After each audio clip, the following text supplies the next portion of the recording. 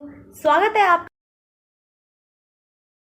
मैंने इस पे वीडियो बनाई है, उसमें पहले भी मैंने आपको बताया था कि जो ये क्वेश्चन है वो इम्पोर्टेंट है। इसके अंतर्गत आपको बताना है कि वृद्धि और विकास में क्या क्या अंतर है। तो इसमें पहले आप बताओगे कि वृद्धि जो होती है वो मात्रात्मक होती है और विकास जो होता है वो गुणात्मक और मात्रात्मक दोनों होता है। इसके बाद आप बोलोगे कि जो शारीरिक वृद्धि होती है वो शारीरिक लंबाई से संबंधित है और जो विकास है वो शारीरिक परिवर्तनों से संबंधित है। विकास का जो क्षेत्र होता है वो विस्तृत होता है, जबकि जो वृद्धि का क्षेत्र होता है वो संकुचित होता है। और जो वृद्धि होती है उसको मापा जा सकता है, जबकि विकास को मापा जा नहीं सकता है। तो ये सारे पॉइंट्स आएंगे आपके वृद्धि और विकास में।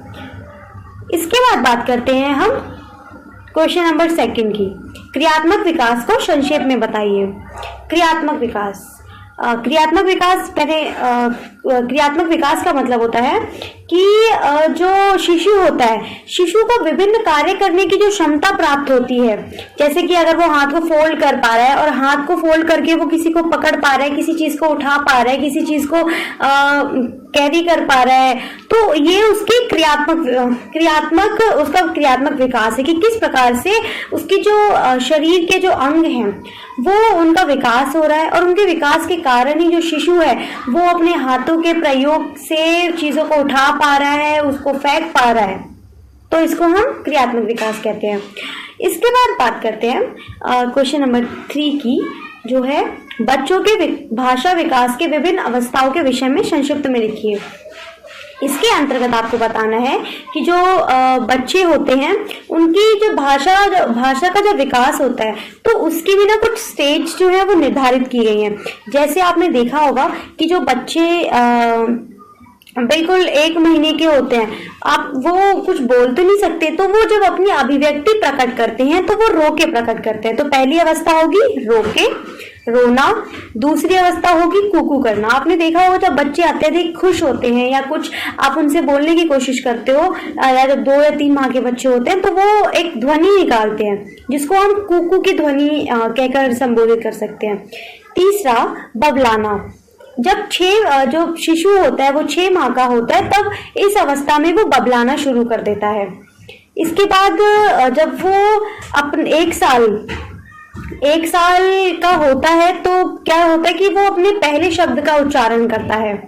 उसके पहले शब्द का जो उच्चारण है उसके प्रथम जन्मदिन के आसपास होता है। फिर जब वो 18 माह तक होता है तो उसके जो शब्द होते हैं वो 2 दर्जन तक हो जाते हैं। इसी प्रकार से जब वो 2 वर्ष की आयु तक पहुंचता है तब उसके शब्दों की संख्या 250 हो जाती है। और जब वो 4 वर्ष की आयु में होता है तब वो उसकी जो भाषा होती है काफी सुव्यवस्थित हो जाती है, यानी कि वो छोटे छोटे वाक्यों को बना लेता है, बना के उनको बोल लेता है और उन वाक्यों का अर्थ भी सटीक प्रकार से निकाल लेता है। इसके बाद जब वो जो शिशु होता है वो 6 वर्ष का होता है तो उसकी जो शब्दावली में कम से कम 10,000 शब्द और शामिल हो जाते हैं। और जब वो 9 से 10 वर्ष का होता है तो उसे ज्ञान हो जाता है कि कोई जो एक शब्द के काफी सारे अर्थ हो सकते हैं। तो इस प्रकार से आपको भाषा का जब विकास होता है उसकी जो विभिन्न अवस्थाएं हैं उसको इसमें बताना है। इसके बाद बात करते हैं क्वेश्चन नंबर 4 की। बच्चों के सामाजिक और भावनात्मक विकास को संक्षिप्त में लिखिए। इसके अंतर्गत आपको बताना है कि जो बच्चे होते हैं उनका सामाजिक और भावनात्मक विकास। तो इसमें पहले आप सामाजिक विकास को बताओगे, फिर भावनात्मक विकास को। सामाजिक विकास के अंतर्गत आपको बताना है कि किस प्रकार से, मतलब आपको पहले आप सामाजिक विकास को डिफाइन करोगे कि सामाजिक विकास से हमारा तात्पर्य है कि अब जो मनुष्य होता है, जो एक मानव होता है, उसको समाज में आपने देखा होगा कि हम बहुत सारे कुछ कार्य कर पाते हैं, समाज में जो कार्यक्रम होते हैं उसमें पार्टिसिपेट कर पाते हैं। तो ये सारी चीजें किस लिए होती है? ये हमारा सामाजिक विकास होता है, इसीलिए तो हम इन चीजों में इन्वॉल्व हो पाते हैं। तो इसमें आपको बताना है और इसके अंतर्गत आपको बताना है कि इसमें जो रिलेशंस होते हैं किस किस के साथ कैसे कैसे रिलेशंस होते हैं। जैसे पहला है आरंभिक संबंध। आरंभिक संबंध के अंतर्गत आपको बताना है कि आपने देखा होगा जो हमारे जो पहला संबंध होता है वो हमारी माता के साथ स्थापित होता है। यानी कि जब जो शिशु होता है उसका अगर समाज की बात करें तो माता भी समाज का ही एक हिस्सा होती है। तो उनका जो प्रथम जो शिशु का प्रथम संबंध होता है वो उसकी माँ के साथ स्थापित होता है, क्योंकि सबसे पहला तो पर्सन उसके लिए वही होता है। इसके बाद पिता के साथ संबंध, फिर बाल मनोभाव, इसके अंतर्गत ये सारे पॉइंट्स आएंगे। फिर हम बात करते हैं वृद्धि और विकास के सिद्धांतों की, क्वेश्चन नंबर 5 की। ये क्वेश्चन भी परीक्षा की दृष्टि से अत्यंत महत्वपूर्ण है।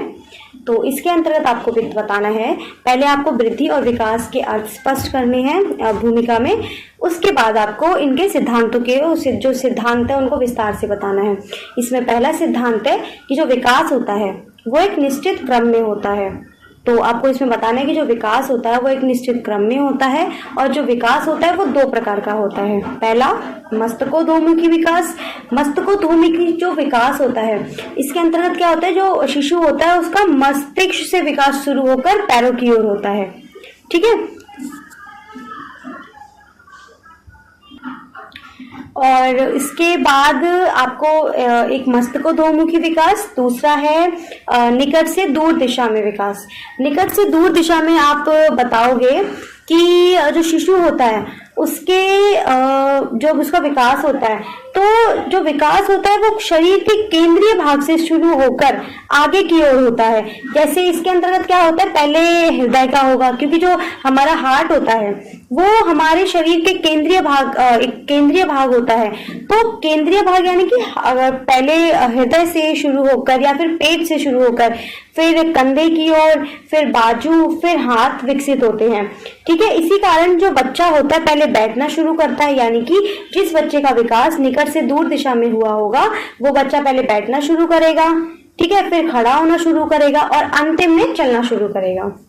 ठीक है, ये पहला सिद्धांत है।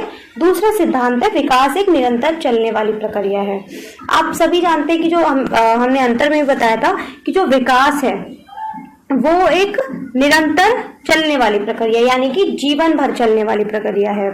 ठीक है, जिसकी गति जो है वो कभी भी धीमी नहीं हो सकती है। ठीक है, इसके बाद बात करते हैं हम थर्ड पॉइंट की।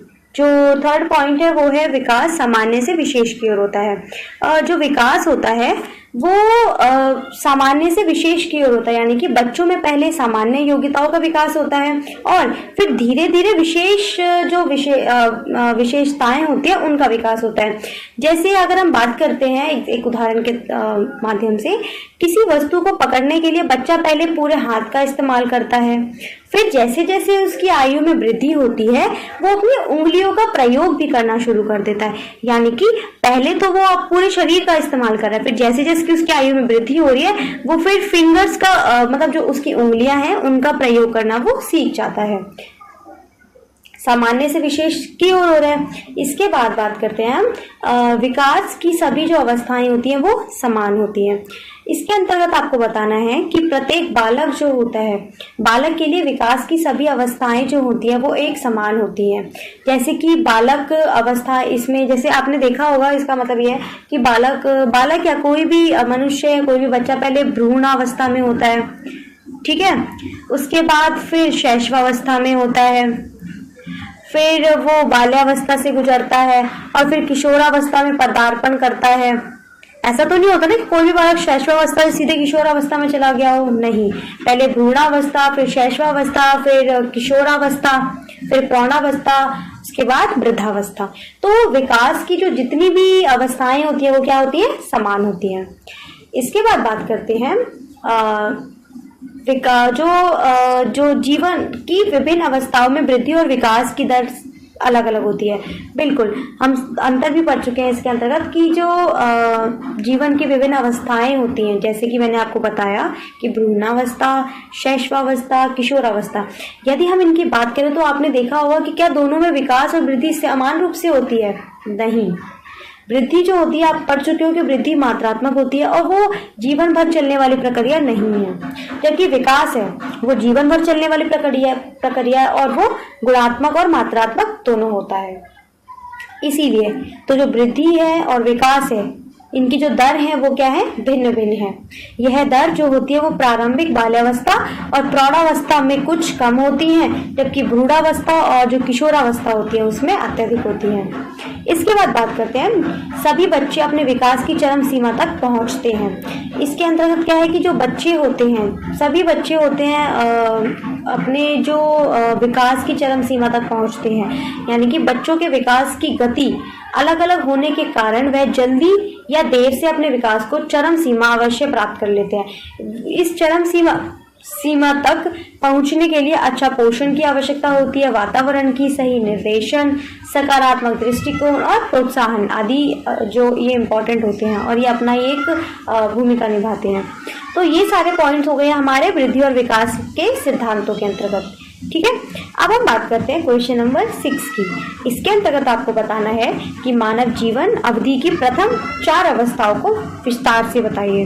मैंने आपको पहले भी बताया कि मानव जीवन की जो 4 अवस्थाएं हैं, पहला भ्रूणावस्था, दूसरा शैशवावस्था, ठीक है, तीसरा किशोरावस्था, उसके बाद प्रौढ़ावस्था, फिर वृद्धावस्था। तो भ्रूणावस्था जो होती है,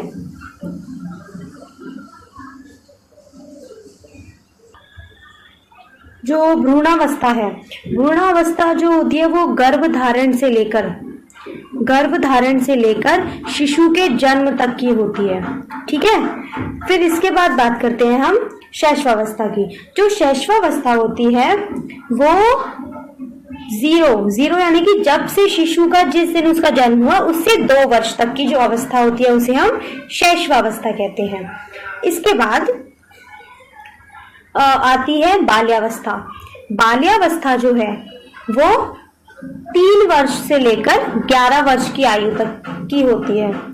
इसके बाद किशोरावस्था, और आप किशोरावस्था को आप तो नॉर्मली पढ़ भी चुके होंगे कि इसको हम टीन एज भी कहते हैं, यानी कि टीन से आप समझिए कि 12 को किशोरावस्था काफी लोग मान भी लेते हैं और काफी लोग नहीं भी मानते हैं।